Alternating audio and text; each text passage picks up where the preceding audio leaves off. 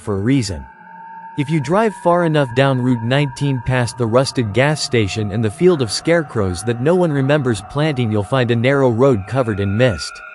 It leads to a bridge that doesn't exist on GPS. Locals whisper that once you cross it, you don't come back the same, if you come back at all. For decades, Hollow Creek has been abandoned. The houses stand like open graves, empty, but not uninhabited. And sometimes, when the fog rolls thick at night, you can still hear the church bells ring, even though the church burned down 50 years ago. This is where Emma and her brother, Caleb, decided to stop. And that was their first mistake. Emma was a travel vlogger, curious, daring, and always chasing stories others were too afraid to tell. Hollow Creek was her next big project, the forgotten town of the South. She and Caleb arrived just before sunset, their camera blinking red as they recorded every crumbling house and twisted tree.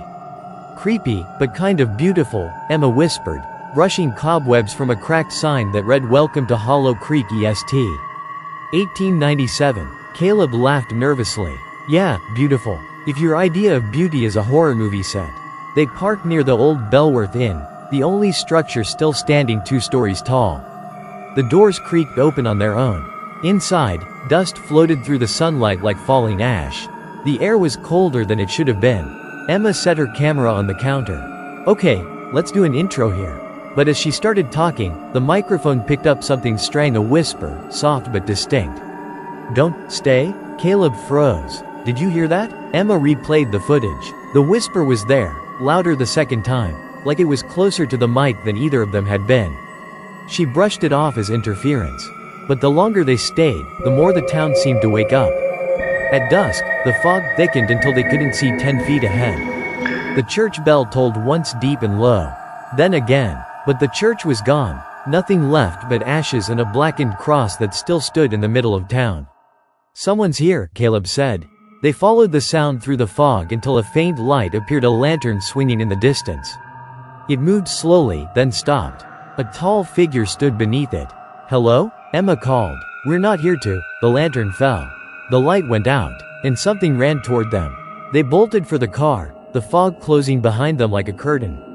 When they reached the inn again, the front door was locked. But they'd left it open. Caleb began pounding on the door, his breath coming fast. "Emma, someone's in there." Emma turned back toward the fog. Someone was standing behind the car now. A woman in a white dress, face hidden by long black hair, her head tilting at an unnatural angle. When Emma blinked, she was gone. Found another entrance through a broken window and locked themselves in a room upstairs. The air smelled like burned wood and old perfume. Emma checked the footage again.